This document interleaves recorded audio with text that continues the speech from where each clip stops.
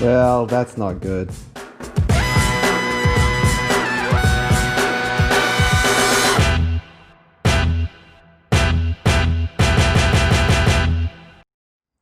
Hi guys, welcome back to the channel. Manny from Ride Off Rescue here.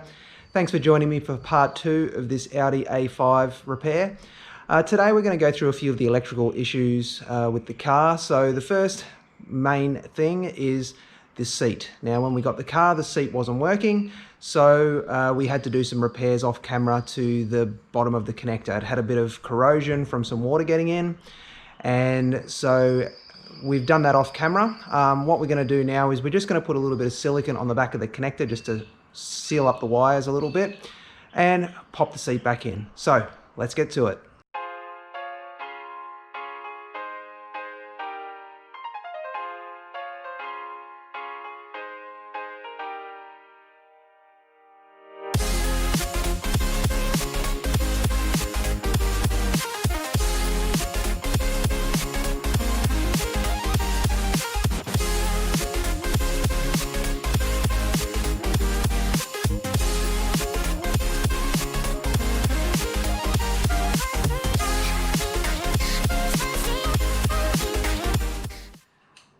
Okay guys, it's a new day now. You probably saw in the last part of the video that we put all the car back together, bolted the seat back down and thought everything was finished. So there's actually two more things that we needed to fix. We found that the phone system wasn't working, and also there was no communications to the OBD2 port for some reason. When we plugged in, put VCDS off our computer into the module, it would just come back and just say there was no power to the CAN bus. So we had to do a bit of diagnosis. It did take a little bit of time.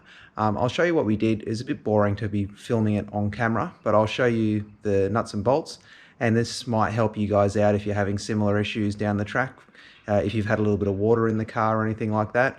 So we'll go over to the car. So what's happened is, you can see we've pulled out all the interior again. So the seat's out, we've lifted up the carpet. Now there was still a little bit of water under here. So what I think has happened is, underneath the bonnet, if you look here, the water comes down off the windscreen, pulls into the sort of chamber there, and according to Audi, you need to clean that out every so often. But previous owner hadn't done that. It was completely full of leaves, and I think it was just blocking up the drain. What happens when the drain's blocked up is the water ends up backing up and coming through down into the car. So it came down here, it's run down, soaked all the carpets, soaked all the way through under here, and that's why we had an issue with the plugs for the seat. So here's the plugs for the seat that we previously repaired, but unfortunately we found there was still a bit of water under here, and it had sort of soaked into all the foam and all that kind of stuff at the bottom there, and so we needed to put this in here just to sort of do this to dry it all out and make sure everything was okay. So what we did find is, located roughly there in that spot you can see here, there is the phone module for the Bluetooth setup for your phone. So I'll show you what that sort of looks like. So this is the box here, and it comes over from the center console. There's a cable that comes over and plugs into this box. Now what we found when we opened up this box, I'll show you, is the Bluetooth module. And as you can see, it's looking pretty drowned. We took this out and you can see it was underwater. There was water still in the module itself. It has corroded the connector. This is just toast. So we're on the hunt for a new one at the moment, and we should have one in the way soon. So basically what we're going to need to do is replace that module. I'll show you the cabling. So here's the cabling here. You can see this is not looking real great either, if I can get it to focus. So what we're going to do is we're just going to get a new cable as well, and we're going to just cut it off here, splice it in, and make sure everything starts working again. Now onto the trickier one is the OBD2 port. So we've pulled the bottom of the dashboard out here that you can see, and here's the OBD2 port connector. So on these there's only a few wires, There's probably about 6 or 8 there. And it's pretty easy just to go online and find a diagram for what each of the wires do. Now, if you've got a multimeter and you're a little bit electrically inclined, it's pretty straightforward. From memory, the 2 brown ones are grounds. This one on the side here, the orange or red and yellow one, is power 12 volts. So you should be able to just measure 12 volts between those two. Now, I believe it's pins 6 and 14, which are these 2 orange ones here. Now, they're your CAN bus ports. So the easiest way to test that is to disconnect your battery, then put your multimeter into the ohm setting and put your test probes into the back here and test. There should be around 60 ohms of resistance between those two, and that will tell you that the CAN bus is properly terminated and you haven't got any breaks in the lines and that kind of thing. Now, the tricky thing for me was all that tested fine. Everything was perfect, and I just still had no communications, and I couldn't work out why. What I ended up thinking it might have been, because everything here was perfect, was that the connector between the back here where I was reading with the multimeter and the front where it actually plugged into the VCDS cable, as you can see here, was not making proper connection. So what I did was I pushed the VCDS in. It's a bit hard with one hand, and I put some pressure on the back of these cables just to push them forward so that the sockets in here would contact with the pins a little bit better. Now, mind you guys, this is after probably 2 hours of fiddling around wondering whether there was breaks in cables down here or other things and bits and pieces. But lo and behold, it did come good when I put some pressure on it. So we got lucky. I was very happy because I thought maybe there was an issue with one of the other modules that had got fried with a little bit of water getting in here, but that theory didn't really make a lot of sense because all we had down here was just that phone module and that power plug for the seats. So really happy about that, guys. And so what we're going to do is we're just going to get a new one of these. Again, we're just going to cut the cables here, splice a new one in. It's much easier than trying to get a new connector and crimps and crimping them all, because you really need a proper crimping tool to get these in. And then that should solve our problem. So main reason why we found this was giving us some issues is because after we unplugged the seat and turned the accessories on, the seat's got an airbag in it, so it flicked up the airbag light on the dashboard. And I wanted to clear the code, plugged in here, no communications. So now, guys, we've got it sorted. We'll get that fixed up. We'll plug our thing back in, the computer, and then we should be good to clear the airbag code, and the car will be 100% complete. So that's pretty much all we've got to do, and once we get our phone module, we'll get it all back together and we will go from there.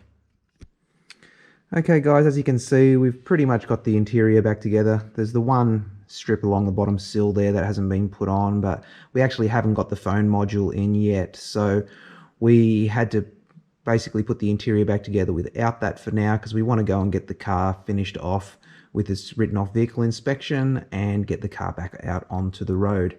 So what we're going to do now is, I've got the computer plugged in with the VCDS cable into the port there that we repaired. We repinned it with a new plug. So let's get in the car and have a quick look. So you can see up here we have the airbag light on, which is there.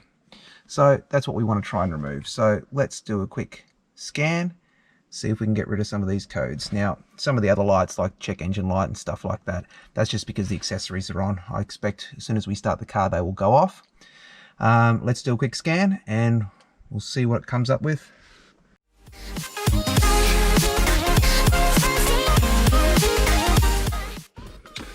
Okay guys, so we've just run the scan and it's got a lot of errors there, but look, that's pretty typical. As soon as you start unplugging stuff in these cars and you disconnect the battery, you get a lot of errors just come up with low battery, disconnected, blah blah blah, all that kind of stuff.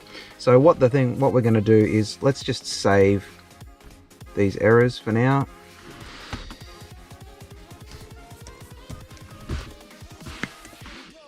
And then we will just do a big clear.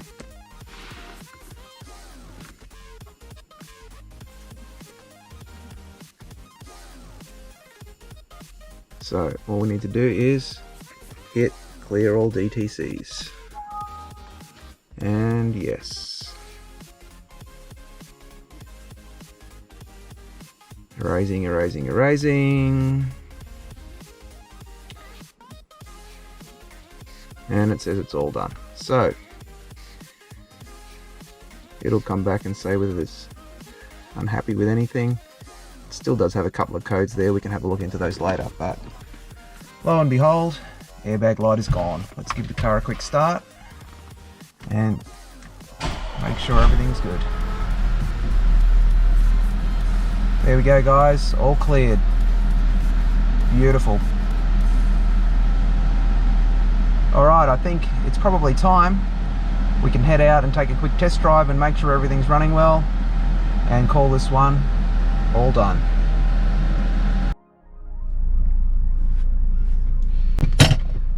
Okay guys, time to get out for a quick test drive.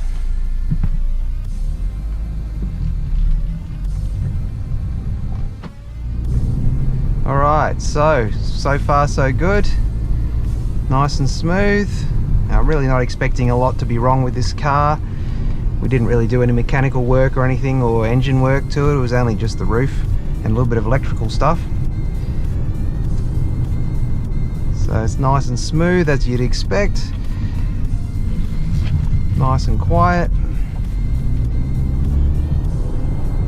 I think these cars are around 155 kilowatts, so they're not too bad. About 7.3 seconds to 100, I think. Around that, somewhere between that 7.3 and 7.8 seconds from memory. So they've got enough get up and go, enough to get you out of trouble, but not enough to get you into trouble, as they say. So wheel alignment's looking good. We're nice and straight.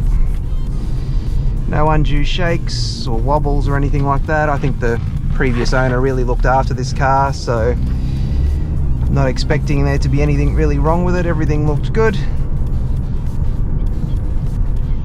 Just missed those birds. Alright, that's feeling good. I think that's probably long enough. Everything's good down there. No airbag light or anything come back on, so I think we're pretty good, guys. I think we'll turn around, head back to the shop. Okay guys, well that brings us to the end of the video. Thanks for joining me. Another project done. Just that phone module left, but that'll take only about 20 minutes to pop back in, and then we should be 100%. Now it's time for this car to find a new home. One of my good friends is actually going to be buying this car from me, so it'll be going out in the next couple of days. So I wish him all the best. I'm sure he's going to enjoy it, and thank you for watching. We'll see you next time.